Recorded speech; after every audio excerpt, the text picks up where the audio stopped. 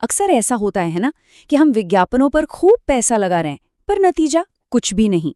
अगर ऐसा महसूस हो रहा है तो ये कहानी सिर्फ आपकी नहीं है।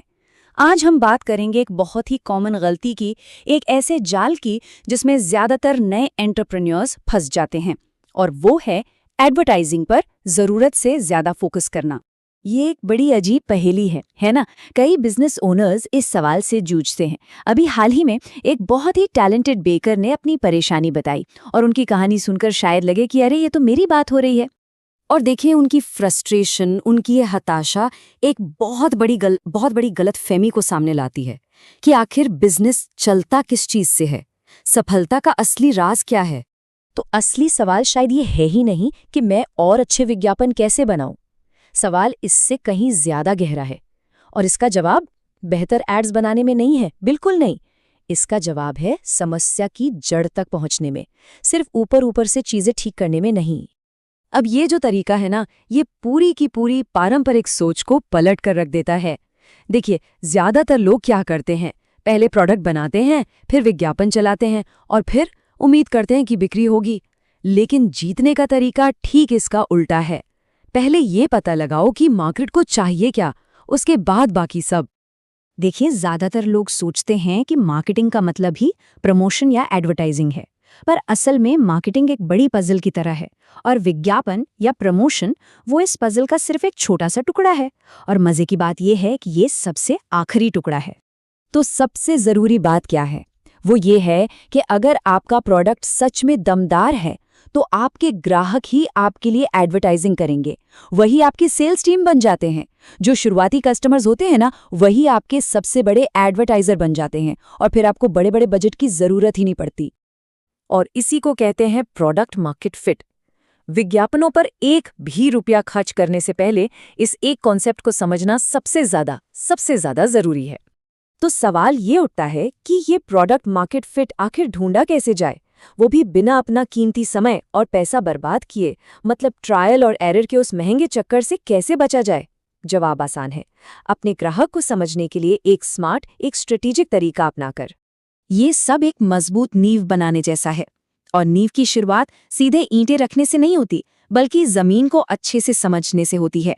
मतलब कुछ बनाने से पहले मार्केट को गहराई से सुनना पड़ता है। और यहीं पे एक बहुत ही जबरदस्त स्ट्रैटेजी सामने आती है। सीधे कस्टमर्स को बेचने के बजाय पार्टनर्स के जरिए बेचें। अब वो जो हमारी बेकर थी, जो हेल्दी प्रोडक्ट्स बना रही थीं, उनके लिए इसका क्या मतलब हुआ? इसका मतलब था कि वो सीधे कस्टमर्स के पास नहीं गईं, बल्कि वो डाइटिशियंस और न्यूट्रिशनिस्ट्स के पास गईं।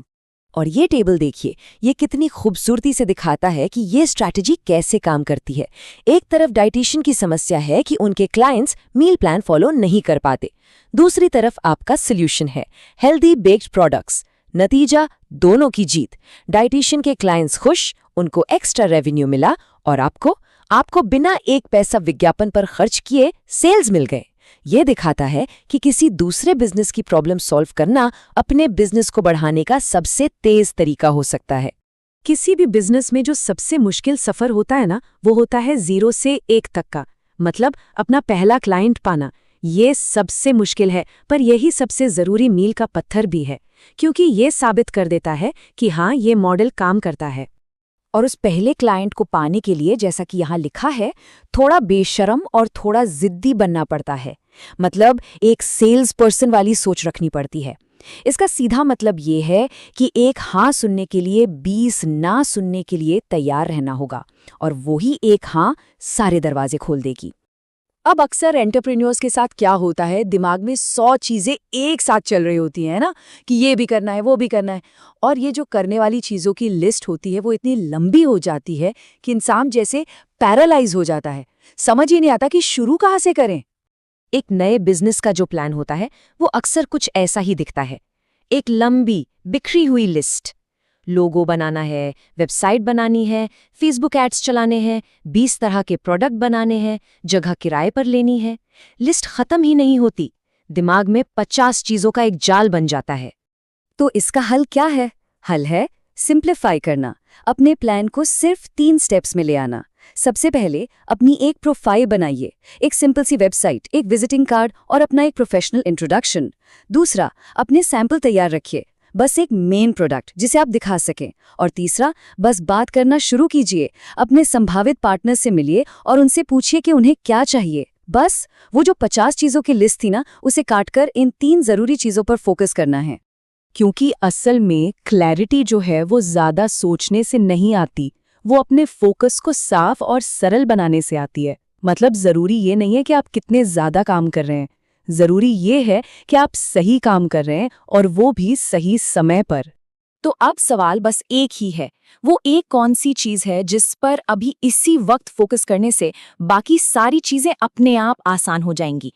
इस एक सवाल का जवाब ही 0 से 1 तक का रास्ता दिखाएगा।